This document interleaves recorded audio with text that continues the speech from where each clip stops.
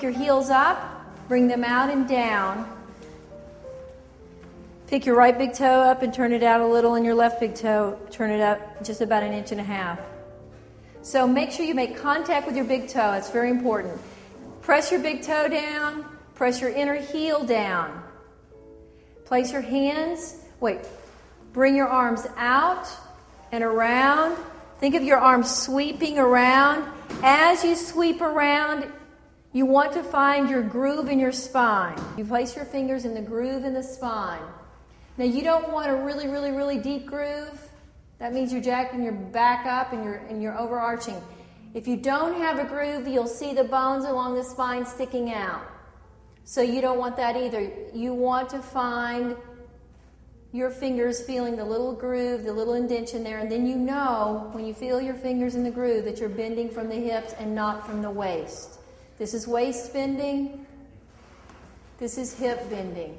Butt up the wall is to teach you how to bend from the hips.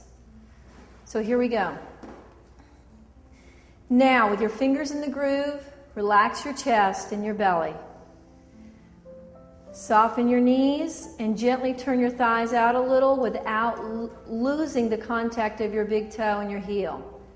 Relax in the groin, relax down like you're going to sit down, and rotate your buttocks back and up so you're literally sitting on the wall. You can take it over to where you feel your crotch is on the wall.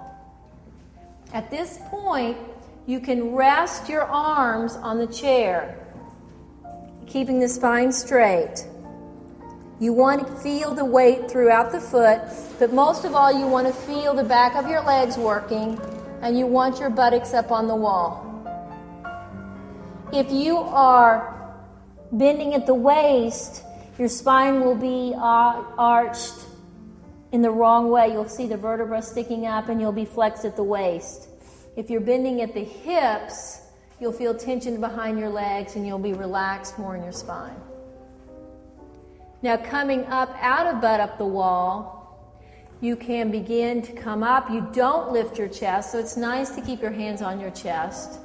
Come up, keep your buttocks on the wall, keep your chest down so the spine stays nice and long. And then relax. Okay, so now you're going to move your feet, your heels out a little further than natural. Then you're going to keep your toes straight ahead. Bring your heels up, out, and down. Turn your toes slightly out, just about 1.5 inches. A little more. A little more. Okay.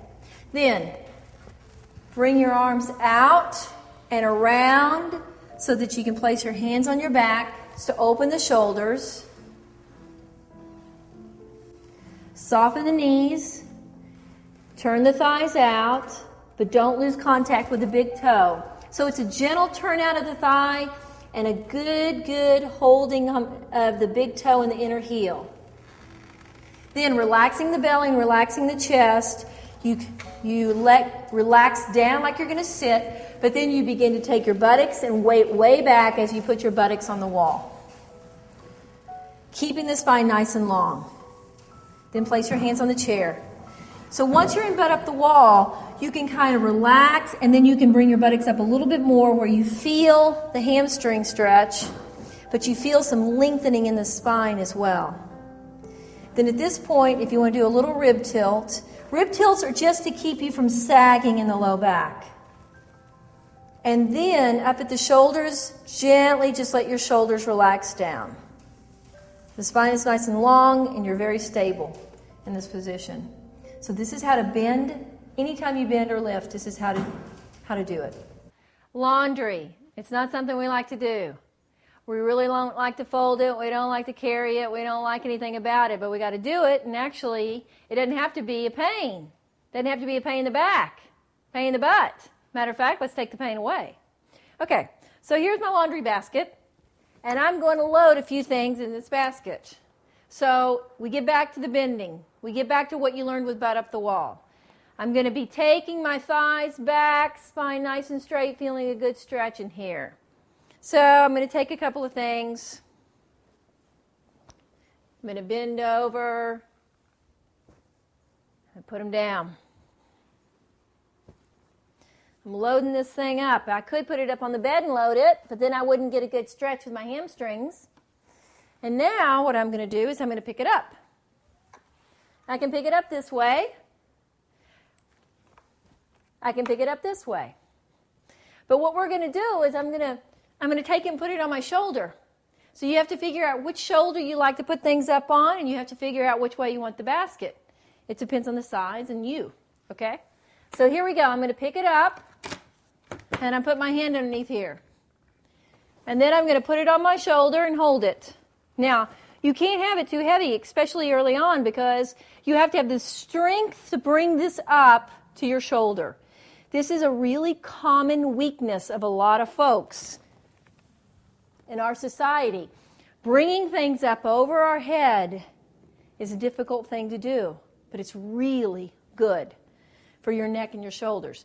So we're going to pick it up again. Make sure it's not too heavy. Keep my hips back. If my buttocks tucked, it's not going to work. This isn't going to work. I got to have a stable base. That's what my hips are for, stable base. So here I have it to carry. If you don't have a handle, you can do it like this. And then you're going to carry it. If you need to set it back down, you can set it down. If you need to start, oftentimes you may want to start from it at a higher place. So if you don't want to bend that far down, start here. Pick it up. Put it there. That's a good way. Just start from the bed or start from a counter. But whatever you do, make sure that you lift it and rest it. This is much easier on your body than having it. This is not what we want. We don't want to carry a bunch of laundry like this. Bend, relax. There we go.